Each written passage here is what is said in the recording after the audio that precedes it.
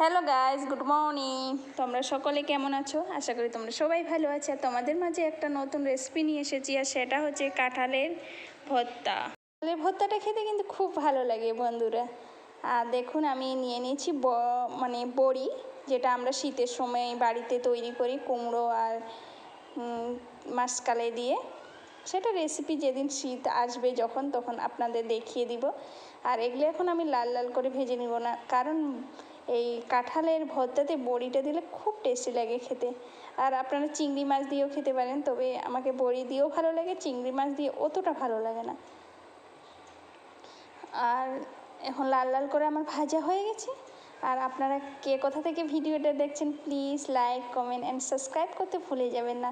তাহলে আপনাদের নতুন নতুন রেসিপিগুলো, আমি জাস্ট ঘরোয়া যেগুলো রান্না করি সেগুলোই আপনাদের মাঝে শেয়ার করি। আর অত সময় নেই বন্ধুরা রান্না বিভিন্ন রকম আইটেম করার জন্য। হ্যাঁ, আইটেম করার জন্য করব, এখন বাচ্চা আছে তাই করতে পারছি না। দেখুন, পেঁয়াজগুলো নিয়ে নিয়েছি, একটা বড় সাইজের পেঁয়াজ নিয়ে নেবেন। আর একটু জাস্ট সরিষার তেল বেশি করে দিয়ে দিলাম। তেল এই ভর্তাটাতে একটু বেশি করে দিলে খেতে খুব ভালো লাগে। আর বলো, তোমাদের দিকে ওয়েদার কেমন আছে? আশা করি সবার ওয়েদার দিকে খুব টেম্পারেচার গরম খুবই, আমাদের দিকেও প্রচণ্ড গরম। আর দিয়ে দিলাম আদা বাটা, রসুন বাটা, জিরে বাটা। এই বাটাটা মাস্ট দিতেই হবে। আর একটা দিয়ে দিবেন তেজপাতা, তাহলে কী হবে, খেতে খুব হেভি লাগে। আর দিয়ে দিবেন পাঁচফোড়ন। আর আমি যেহেতু পাঁচফোড়নটা মুখে লাগার জন্য আমি পিষে নিয়েছি, পাঁচফোড়নটা দিয়ে এখন ভালো করে ভেজে নিব। আর পরিমাণ মতো ঝাল আর লবণ দিয়ে দিবেন। আর এইভাবে দিয়ে এগুলো ভালো করে কষিয়ে নেবেন। আর এই ভর্তাটা কিন্তু আমাকে রুটির সঙ্গে সবচেয়ে বেশি ভালো লাগে।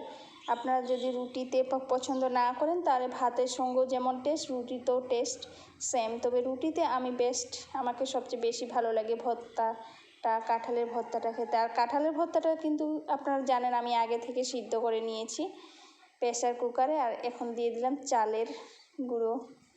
এটা কী হবে, আঠালো আঠালো হয়ে। তাহলে আর যদি কাঁঠালের ভর্তা যদি আঠালো না হয়, খেতে ভালো লাগে না। যত আঠালো হবে তত খেতেও টেস্ট লাগবে।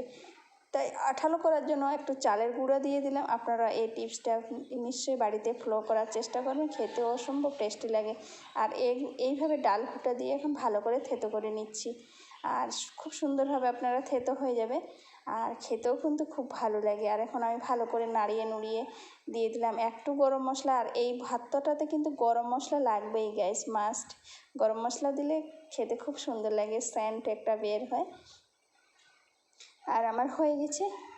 এরপরে আমি দিয়ে দেবো বড়ি দিলে আমার একদমই ভর্তা রান্না কমপ্লিট। আর আমার কমপ্লিট হয়ে গেছে।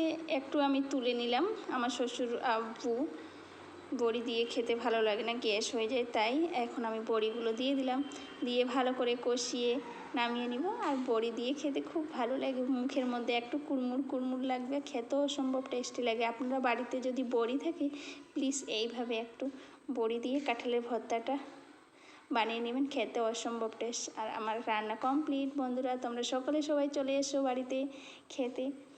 আর সবাই ভালো থাকবেন, সুস্থ থাকবেন, আবহাওয়ার দিকে নজর দিয়ে যে কোনো খাওয়া দাওয়া খাবেন, ভালো থাকবেন। Bye bye.